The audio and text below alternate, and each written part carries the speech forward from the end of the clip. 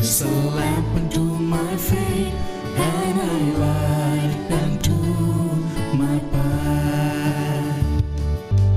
Thy word is a lamp unto my feet, and a light unto my path. First reading.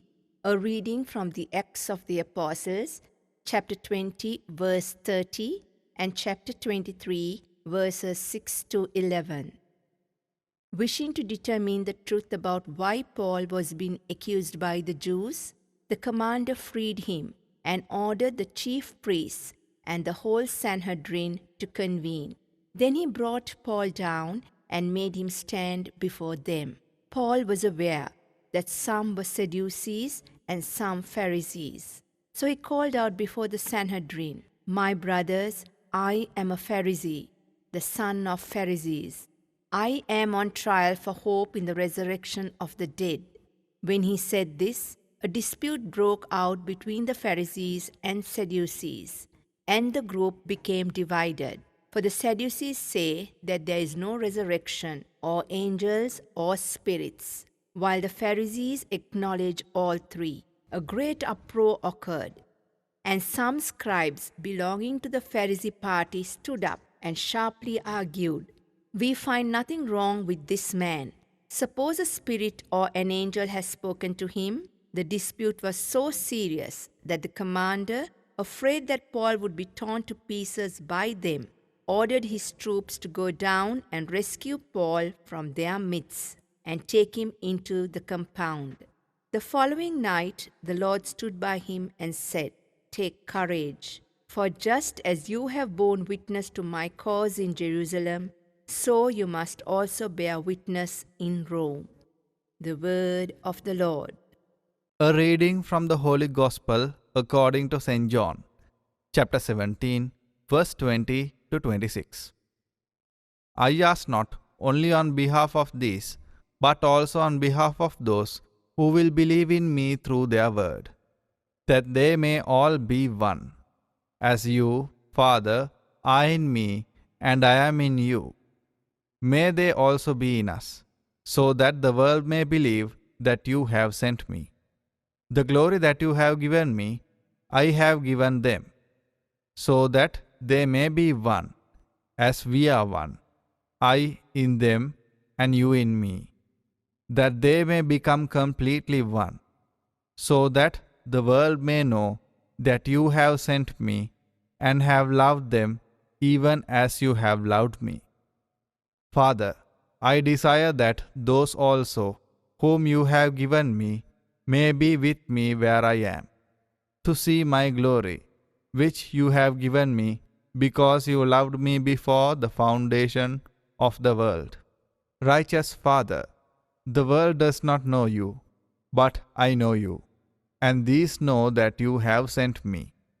I made your name known to them, and I will make it known, so that the love with which you have loved me may be in them, and I in them. The Gospel of the Lord. My dear friends in Jesus Christ, today for our reflection, let us continue our meditation on the high priestly prayer of Jesus. In today's Gospel passage, Jesus speaks about unity, that they may be one. My dear friends, throughout the history and throughout the world, there are dissensions and differences because of religion. In one religion itself, there are so many fractions because there are differences of opinion, differences of belief, and differences of understanding. But Jesus prays for all the Christians that they may be one. In the Christian world too, we see how the church has been expanded in different forms.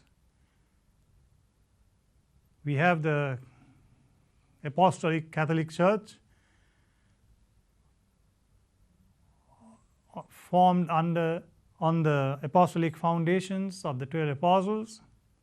But as time went on, there have been differences of language, differences of belief, and differences of opinion that have schismatized the church, divided the church into different sections. But in the high priestly prayer of Jesus, at the very outset, before his death, Jesus prayed that they may be one. My dear friends, as I reflected before,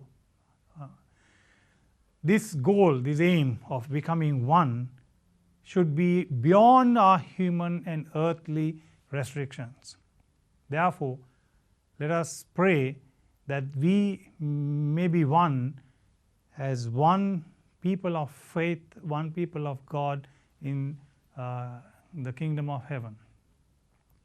In the first reading too, we see differences of opinion and belief when St. Paul was brought in front of the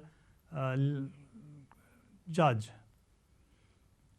There were people who believed in the resurrection of the dead, as Paul did and preached, but the Sadducees did not believe in the resurrection of the dead or angels and so on. There was a division and there was a heated argument at that moment.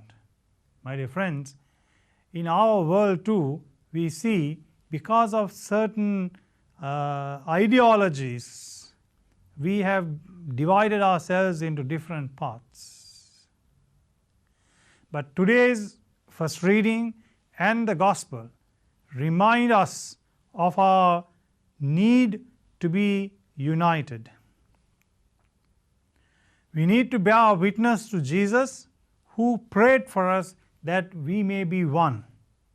Let us take the example of St. Paul, who preached Jesus in the midst of challenges and tribulations. Let us also be encouraged by the priestly words of Jesus that they may be one.